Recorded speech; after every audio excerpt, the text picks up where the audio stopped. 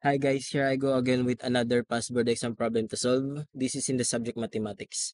This is the problem. Determine the equation of the line passing through the points 117 and 1314. First, let's just do the easy approach. Since my options naman, let's substitute these 2 points. If both points satisfy that certain equation, then that equation is our answer. So, let's try using our calculator.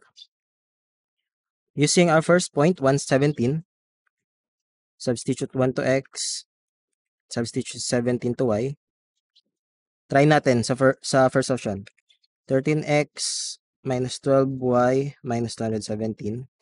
So, equal to 0 daw. So, it should be equal to 0. Pero hindi. So, eliminated na yung first option natin.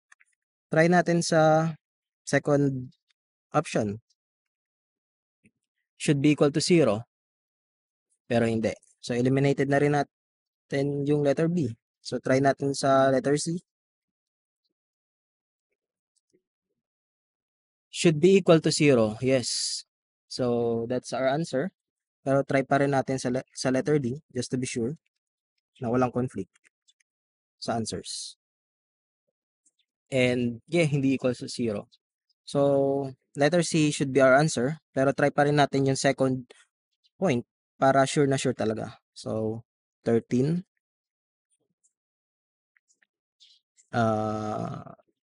store 4 to y. Try natin sa third option. So, should be equal to 0. Yes. So, our answer is letter C. Now, for a more difficult approach, stay kayo kung gusto niyo makita yung solution. Now, let's recall the formula for the slope of the line given 2 points. So, m is equal to y sub 2 minus y sub 1 all over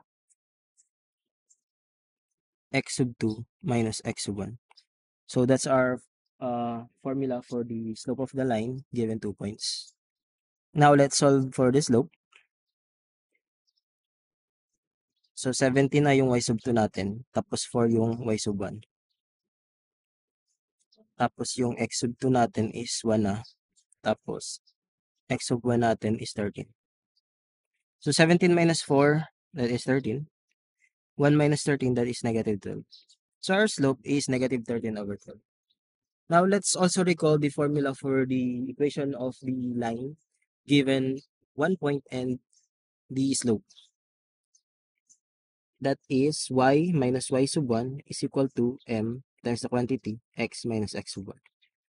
So, in this case, gamitin na lang natin yung 117 natin for x sub 1 tapos y sub 1.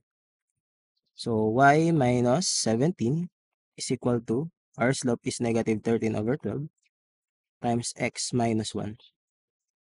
So, let's simplify this equation.